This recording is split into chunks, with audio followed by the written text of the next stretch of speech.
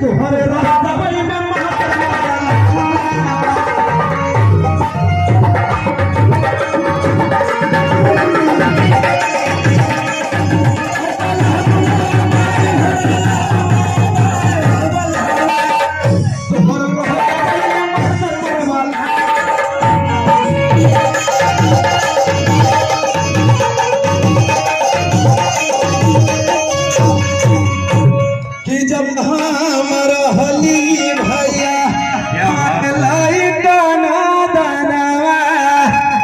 जब हमारा हली भैया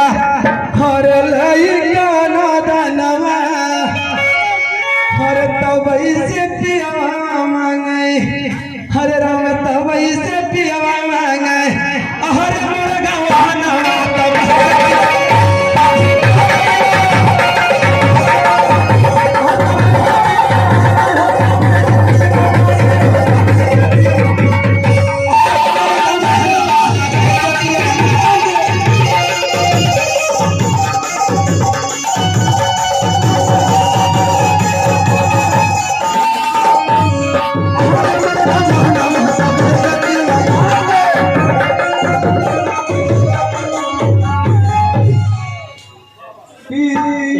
दुश्मन मिले सवरल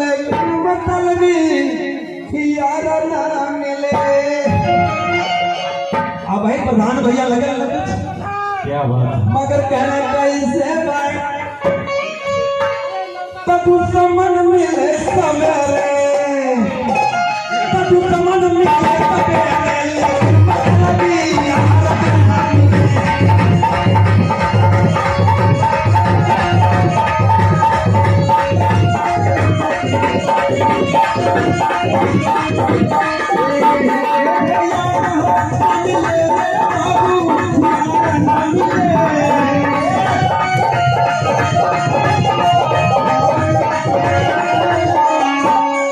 भैया हो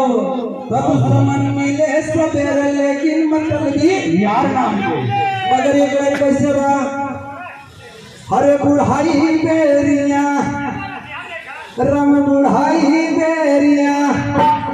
ही विपतिया कैसे भाई रंग बुढ़ाई बेरिया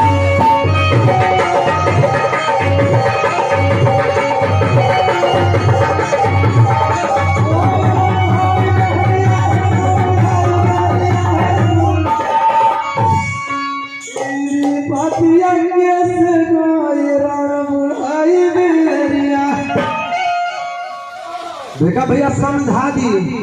कहीं कि जब ऐसा